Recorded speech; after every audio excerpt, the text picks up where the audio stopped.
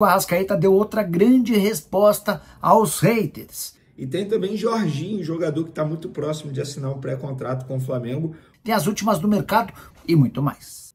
Bora falar agora sobre, mais uma vez, a Arrascaeta decidindo pro Flamengo.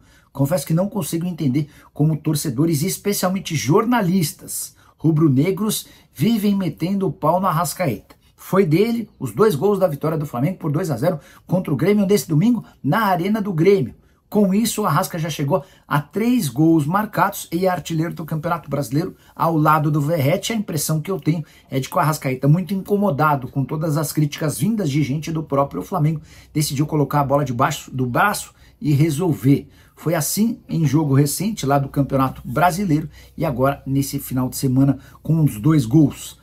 Os 2 gols que inclusive fizeram do Arrascaeta alguém com mais gols do que Júnior Capacete o Maestro.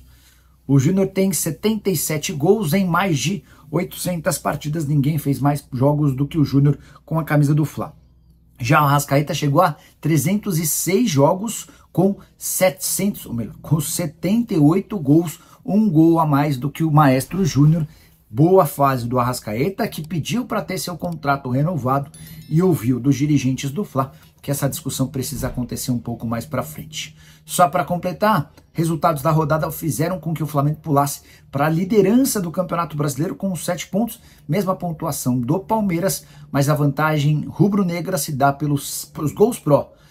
O Flamengo tem 5 gols pró, contra 4 gols pró do Palmeiras. A saideira em relação ao rubro-negro, Matheus Gonçalves, meio atacante que até chegou a jogar com um pouco mais de espaço com o Felipe Luiz no ano passado, está na mira de Ajax, da Holanda e Como, da Itália. É isso, boa notícia para a torcida do Flamengo, para o Flamengo e também para a marca patrocinadora Master. Eu vi muitos rivais debochando do Flamengo por conta disso. Gente, o Flamengo, vou te falar, ele é odiado mesmo, hein, cara, porque a galera... Qualquer coisinha no Flamengo, a galera já cai em cima, já cai em cima, já cai em cima. Ó, e lembrando, não tem crise no Flamengo, tá? Estão querendo emplacar essa narrativa de crise no Flamengo, crise nos bastidores. Não tem nada disso. Óbvio, tem uma reavaliação do que precisa melhorar, o que aconteceu, qual foi o erro, melhorar a concentração, sobretudo, essa avaliação interna. Mas crise, gente, não tem. Tem clube aí que não ganha e não fica em crise. Aí o Flamengo perde uma única vez, não perdia desde outubro do ano passado com o Felipe Luiz. E aí vão botar uma crise no Flamengo. Não tem crise, hein, galera? Vamos falar do Jorginho, que sofreu uma lesão no empate entre 1-1 do Arsenal com o Brentford. Ele acabou tendo uma queda ali, cara. E olha, preocupou a forma como ele saiu, todo mundo ficou preocupado nas redes sociais. E ontem mesmo já havia divulgado nas minhas redes sociais uma apuração. Eu vou até ler aqui, ó. Na queda, o Jorginho bateu com as costas no chão. Ele está fazendo todos os exames de praxe no hospital e está falando normalmente. Isso que é importante. Foi somente um susto. E o Flamengo, através dos intermediários, o Jorginho também tiveram a mesma informação. Óbvio que o Flamengo vai ficar de olho, mas torcedor rubro-negro, isso não vai fazer com que o Flamengo desista da contratação, nada disso. Dos males aí, o menor, né, que o Jorginho acabou tendo, foi apenas um susto, como eu bem apurei com pessoas que administram a carreira dele. Então é torcer para que fique tudo bem e que no meio do ano ele esteja vestindo a camisa rubro-negra. É uma vitória depois de uma derrota que o torcedor sofreu bastante, tenho certeza que vocês também. Queria que você analisasse a partida e falasse especialmente sobre o Arrascaeta. 3 gols dentro do Campeonato Brasileiro, uma belíssima atuação hoje e conseguiu trazer para a equipe a eficiência que a gente tanto falava nas últimas partidas. Parabéns pela vitória. Obrigado. Boa noite, primeiramente. Foi dessas vitórias da onde a gente vê que esses jogadores são grandes, né? Depois de uma derrota em casa, muito dolorida, por nós, como você falou bem, né, os torcedores, mas temos que entender que o futebol, essas derrotas, elas fazem parte. E depois da derrota, nem os jogadores são os piores jogadores do mundo, tem que trocar todo mundo, e nem hoje, depois da vitória, são os melhores jogadores do mundo e vamos ganhar todos os jogos do ano. Então esse equilíbrio é o que os grandes jogadores conseguem alcançar, né? Porque depois da derrota, o normal é que o time perdesse a confiança, mas ao contrário do que se viu, desde o primeiro minuto os jogadores dominando bolas difíceis, tentando jogar, botar a bola no chão em todo momento e achando passes difíceis, os domínios sempre orientados, segundo o que o jogo pedia. Nunca nos deixamos influenciar nem pela derrota, nem pelo jogo fora de casa. E isso realmente demonstra somente uma coisa: o nível dos jogadores, o nível dos atletas que estão hoje no Flamengo, né? E um deles é o Arrascaeta, como você falou, que uma das coisas positivas, eu falei, nem tudo foi um desastre no outro dia, eu falei isso na coletiva, uma das coisas positivas foi o Arrascaeta no outro dia, que ele jogou bem. E porém, não foi nossa noite, mas hoje sim, né? Hoje são desses jogadores que nós temos que aproveitar enquanto está aqui, porque é um jogador especial. Ele é diferente. Ele faz a diferença. E eu já falei muitas vezes, vou falar de novo, é um jogador que escolheu, um jogador desse nível, escolheu passar os melhores anos da sua carreira no futebol brasileiro. Isso nós temos que valorizar muito. Tá? E vão viver momentos ruins, e vão vir cobranças, mas esse Arrascaeta aí são poucos os que pisaram aqui no Brasil, são poucos estrangeiros que pisaram no Brasil e fazem o que ele faz. Aqui, tudo bem, Felipe? Parabéns pela vitória. Eu queria te ouvir um pouquinho sobre a estratégia que tu desenhou para o jogo de hoje, levando em conta o que tu estudou do Grêmio também, do teu adversário, que joga muito na base da ligação direta. Tu falou sobre um Flamengo que pisou na bola, colocou ela no chão e jogou. Queria te ouvir o que tu pensou em cima daquilo que o Grêmio tem apresentado, por favor. Bom, primeiro eu vi na análise que o Grêmio era um time que costumava encaixar no meio, e eu imaginei que eles fossem encaixar nos nossos dois volantes, mas aí nós ia ter uma saída limpa com um dos zagueiros, né?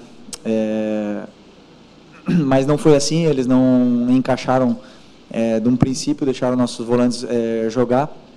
Isso nos deu saída, porém, às vezes era mais difícil a progressão da jogada, né? Porque, claro, se os nossos jogadores determinantes da frente estão todos marcados, então a progressão não era tão boa. O plano de jogo inicial, que era uma caída dos volantes, não estava funcionando do jeito que a gente esperava e que a gente imaginou antes do jogo, mas depois, com os ajustes, eles entenderam bem aonde estavam os espaços e começaram a encontrar. Mas o que acontece é que os próprios jogadores dentro do campo eles se ajustam, né? O Grêmio foi se ajustando, foi pressionando, foi encaixando melhor a pressão e por momentos tivemos dificuldades de sair, mas eu acredito que com a estrutura e com a qualidade dos jogadores do nosso time é muito difícil que eles se apertem, né? Porque eles têm muita qualidade e muitas vezes, mesmo pressionados, eles conseguem sair por uma vantagem qualitativa, que, por exemplo, é o caso do Gerson, que com a bola, ele não perde a bola. Então, isso nos dá uma facilidade para sair mesmo pressionados e assim foi, encontramos os espaços e conseguimos machucar o Grêmio nesse caso. Mas o Grêmio é um time de muitos encaixes e nunca é fácil superar esses encaixes de pressão no meio campo. Porém, quando você escapa desses encaixes, você acaba dentro da área. Foi isso que aconteceu e acabamos 2 ou 3 vezes dentro da área no primeiro tempo, que poderiam ter sido um placar mais elástico. Okay. Boa noite, Felipe. Prazer revê-lo. Parabéns pela vitória. Felipe, o Flamengo, por motivos que não precisa ficar aqui repetindo, ele é uma espécie assim de modelo do clube a ser batido no Brasil.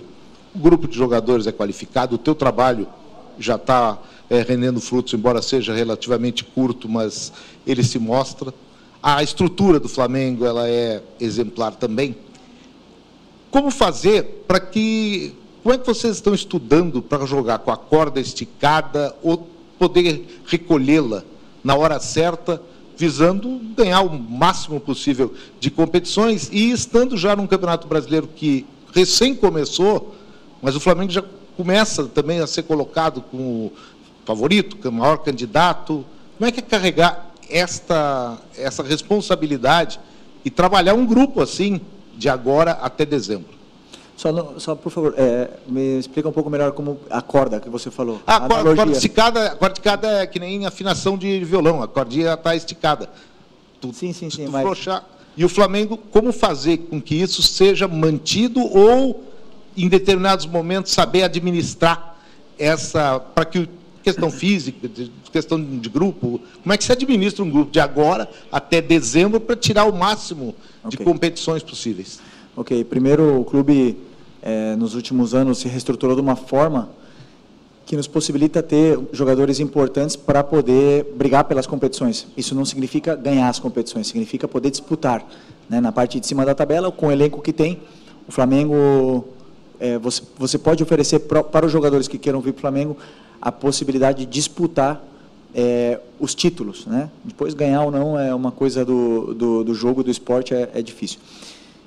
Eu particularmente trabalho de uma forma onde eu sempre viso jogo a jogo e a corda que você fala é a nível físico, né? Na minha concepção, também um pouco da experiência que eu tenho como jogador, como eu passei por todos os processos, jovem, depois no melhor momento dos 28 aos 32, depois já ladeira abaixo, então eu senti o que os jogadores sentem hoje, tenho bastante esse feeling, tento aproveitar o máximo possível do que o departamento médico me dá de informação para poder decidir, e sempre colocar os jogadores que eu acredito que vão ser os melhores para que a equipe vença o jogo. Então eu sempre trabalho pensando em fazer o que é melhor para a equipe. E aí eu não penso em sentimento, em ego, eu não penso em nada disso. E daí eu durmo mais fácil, né? Porque como eu estou fazendo o que eu sei, o que eu sinto que é melhor para a equipe, eu vou errar, não tenho dúvida que eu vou errar, os jogadores também vão errar, mas meu coração dorme em paz e eles entendem bem isso. E acredito que daqui até o final do ano, a única mensagem que eu tenho para os meus jogadores é que eu vou precisar de todos eles. A gente já viu isso no Carioca, todos jogaram, já vimos isso no campeonato, são muitos jogos, e isso é o elenco qualificado que hoje o Flamengo tem para poder disputar.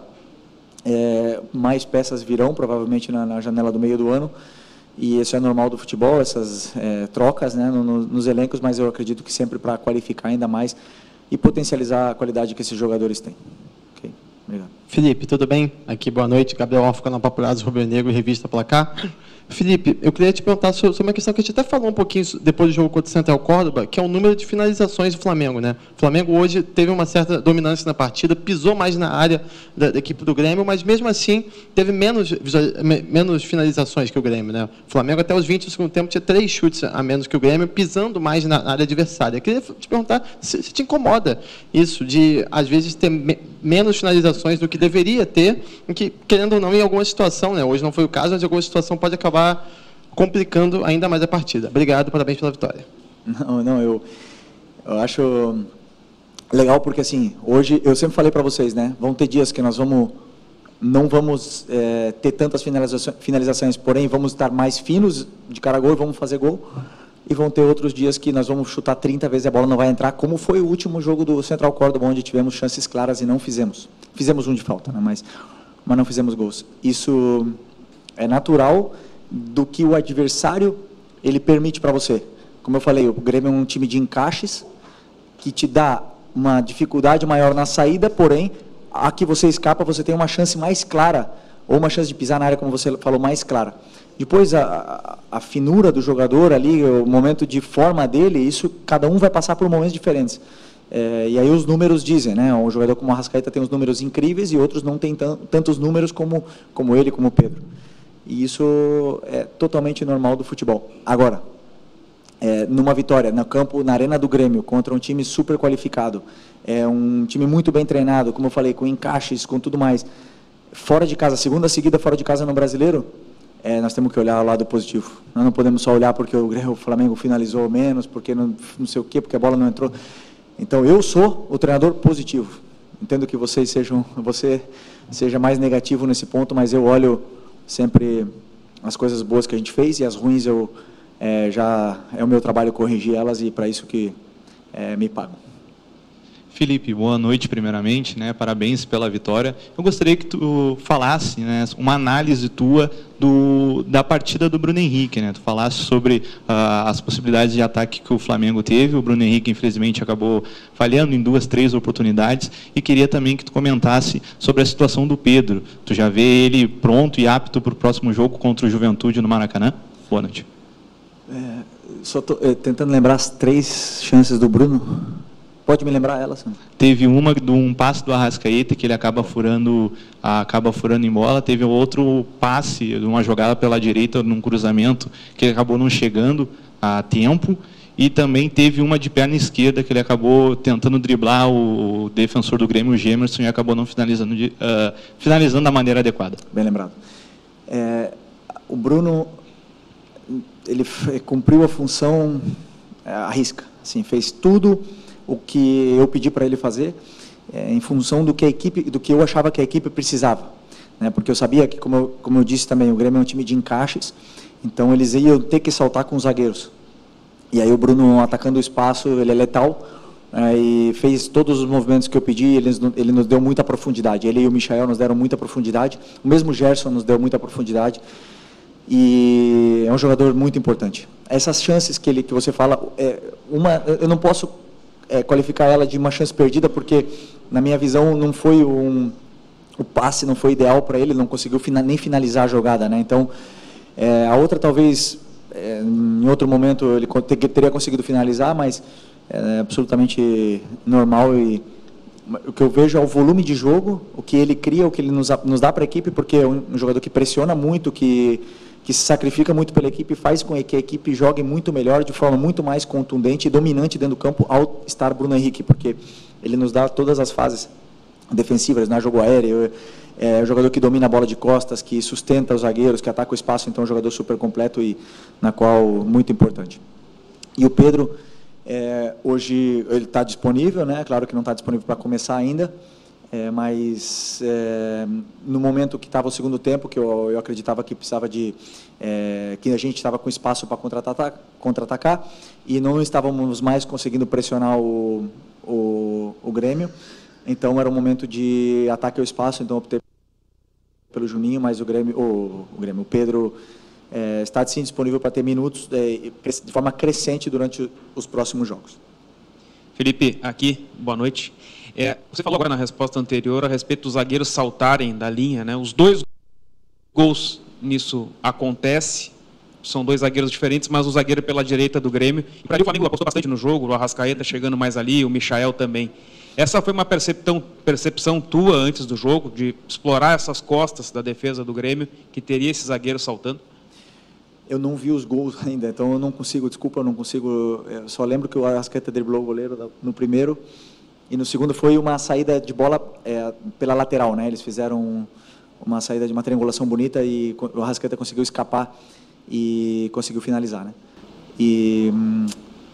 Mas claro que um dos pontos que a gente pede sempre é que exista o ataque ao espaço, porque para mim o time mais difícil de marcar é o time que ataca o espaço o tempo todo, e isso o Bruno, Michael, o Gerson, o próprio Arrascaeta faz e incomoda muito, mas com certeza tem preparação nesse estudo, sim.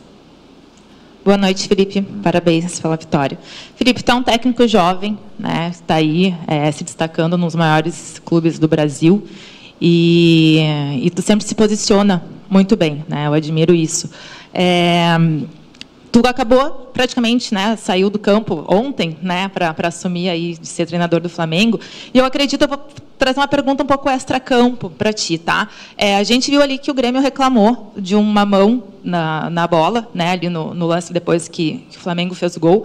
E eu penso que se tu tivesse em campo como jogador, capitão, como tu fez, tu também reclamaria com o árbitro se fosse teu time adversário. Acredito que o VAR ele tem a função também de ajudar o árbitro dentro de campo. E, infelizmente, a gente não está vendo isso, não só no jogo do Grêmio hoje, mas o Grêmio Palmeiras, semana passada, e Cruzeiro Internacional. E a gente viu que os árbitros também foram afastados desses jogos. Te pergunto, a gente está vendo que há uma crise técnica. O que tu pensa sobre essa crise da arbitragem no Brasil? E tu acha que tem uma solução a curto prazo, até porque esses afastamentos fazem mal para o futebol brasileiro? Obrigado pelo elogio e grande pergunta. É um tema delicado, né? Primeiro, se a gente quer melhorar, nós precisamos de investimento. Precisamos investir em estudos, em melhores, prepará-los melhores. Mas eu posso afirmar, em 5 anos que eu joguei aqui no Brasil, agora no final de carreira, que eu vi muitos árbitros muito bons, muito bons. Seria até injusto citar nomes deles, mas eu sempre falei nas entrevistas, né? O próprio Klaus, o Davi, tem vários, não vou ficar citando o nome deles aqui, mas são muito bons, né? E assim, cada um tem uma opinião. Eu e um companheiro teu durante essa semana falou que o VAR não tem que entrar interferência mínima ou máxima ou apitar desde lá, mas tem que entrar quando tem que entrar realmente, né? E é uma linha, uma régua fina, é difícil de a gente analisar, né? Mas o que eu gostaria realmente que não houvesse muita interferência, se não é um lance claro. Se é um lance claro, deve haver interferências. Impedimentos, eu acho que veio para, sim, ajudar muito, porque era muito injusto você perder um jogo com um impedimento de 2 metros, e essas coisas vieram para ajudar, e o VAR também veio para ajudar. Precisamos continuar investindo, que eles possam continuar estudando, que eles possam continuar se corrigindo, porque, no final das contas, é só a experiência e as horas de correção e de trabalho que vão fazer eles chegar à perfeição, mas eu tenho certeza que eles querem se aperfeiçoar ao máximo possível, porque ninguém gosta de ser criticado, de ser afastado, nem nada disso, né? Então,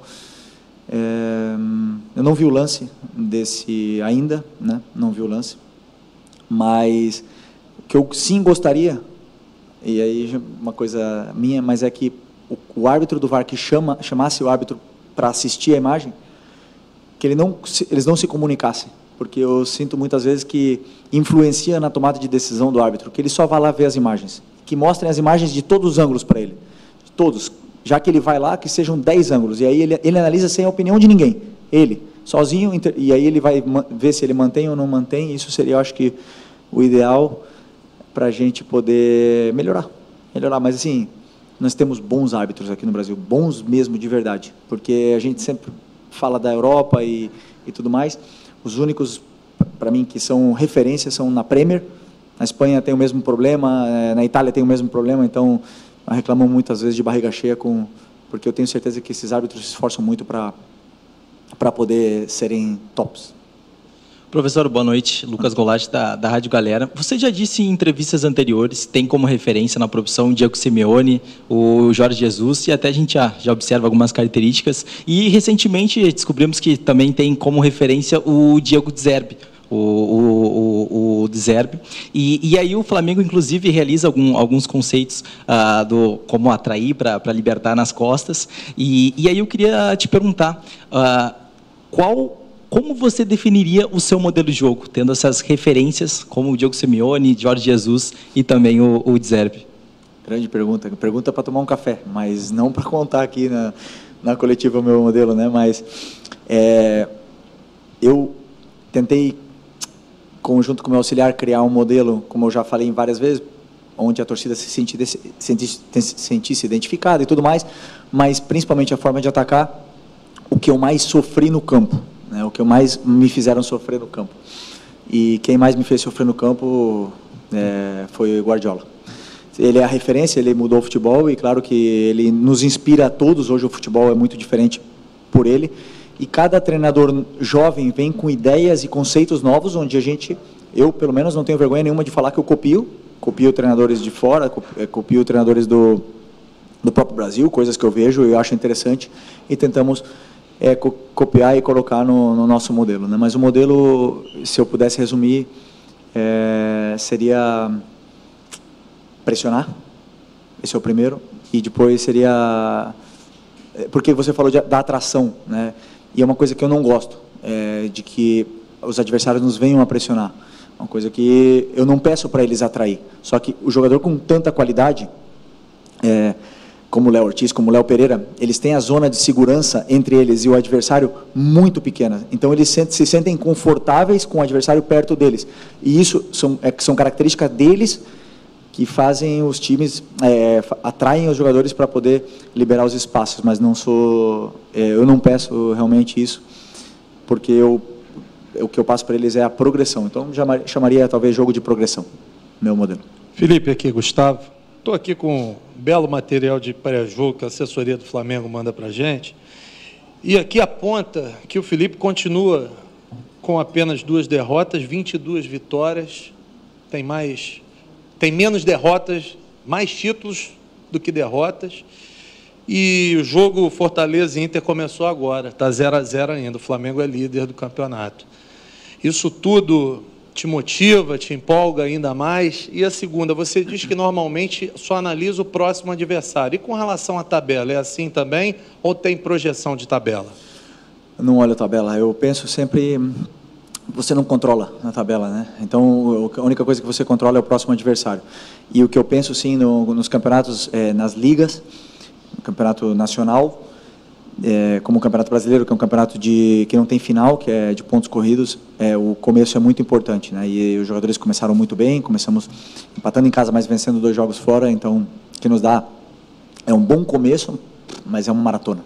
São muitas coisas pela frente, né? Então, assim, que você falou dos números, do que motiva e tudo. Não, eu não me iludo, né? Eu não me iludo. Eu não era o novo Guardiola antes da sequência de vitória, sei lá, de sequência invicta, e nem também sou o pior do mundo depois de uma derrota. Então essas coisas eu entendo, porque quando eu escolhi vir para o Flamengo, o dia que eu assinei o contrato, estava tendo protesto.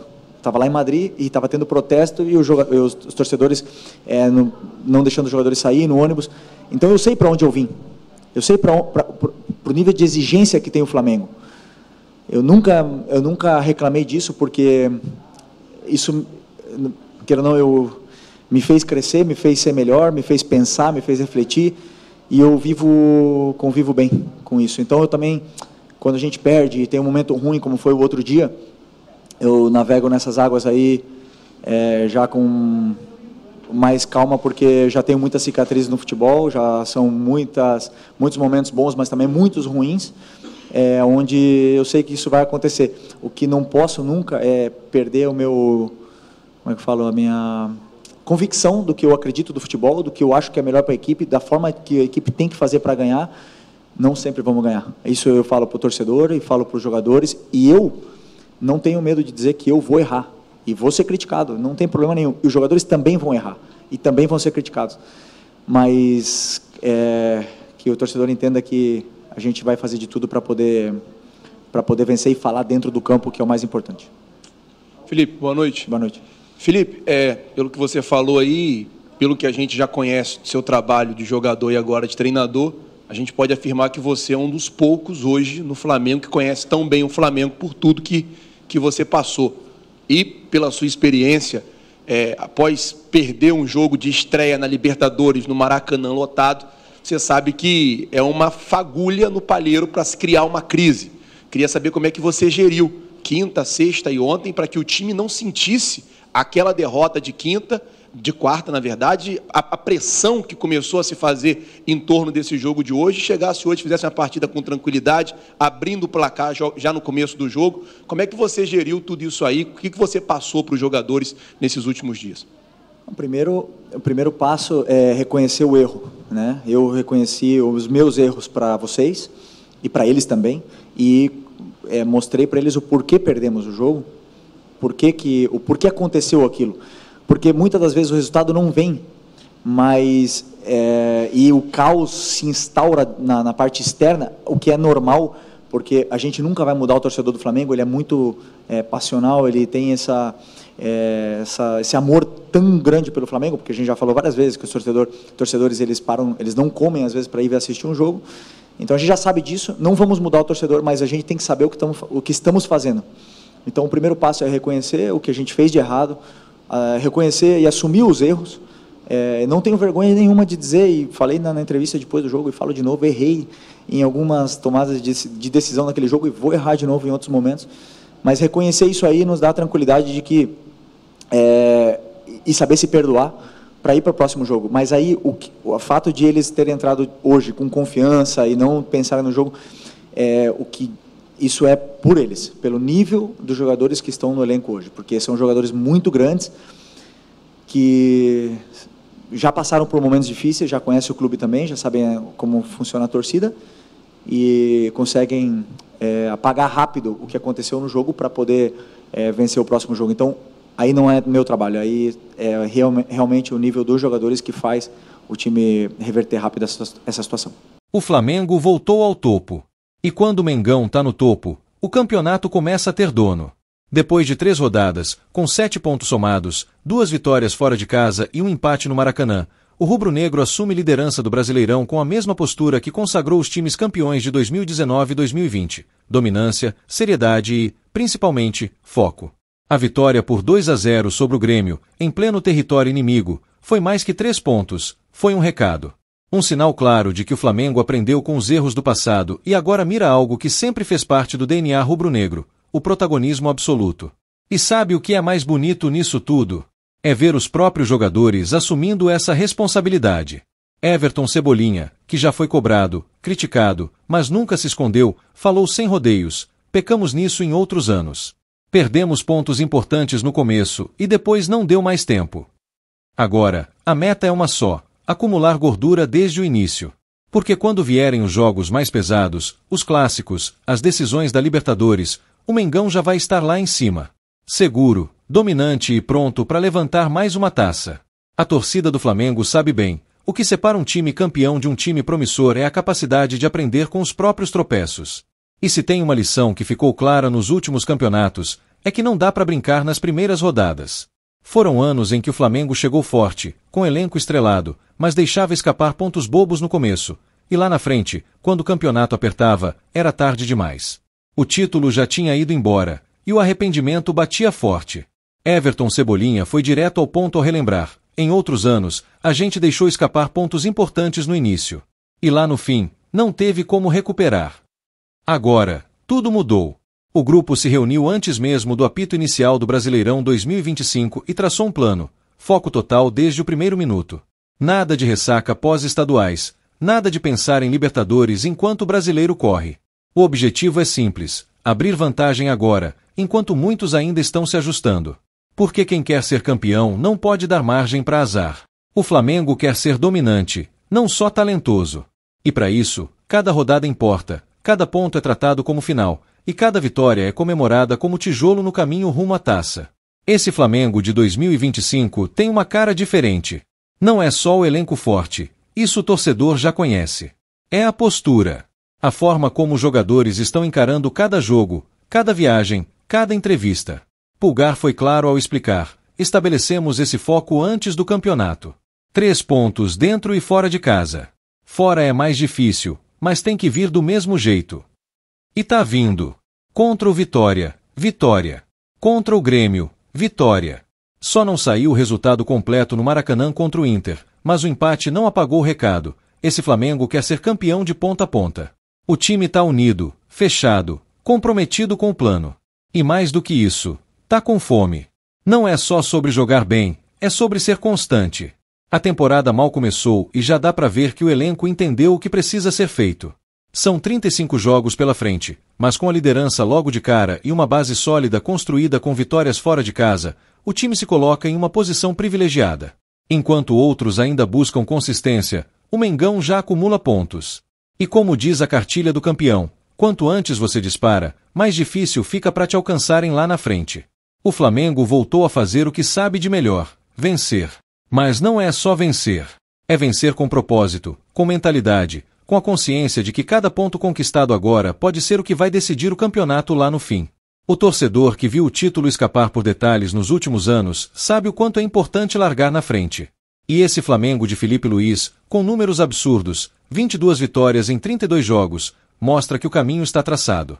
Na quarta-feira, o Maracanã vai ser palco de mais uma batalha, dessa vez contra o Juventude.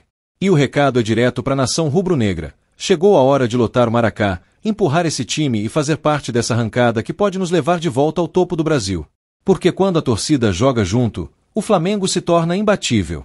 Então se prepara, porque esse ano tem tudo para ser nosso de novo.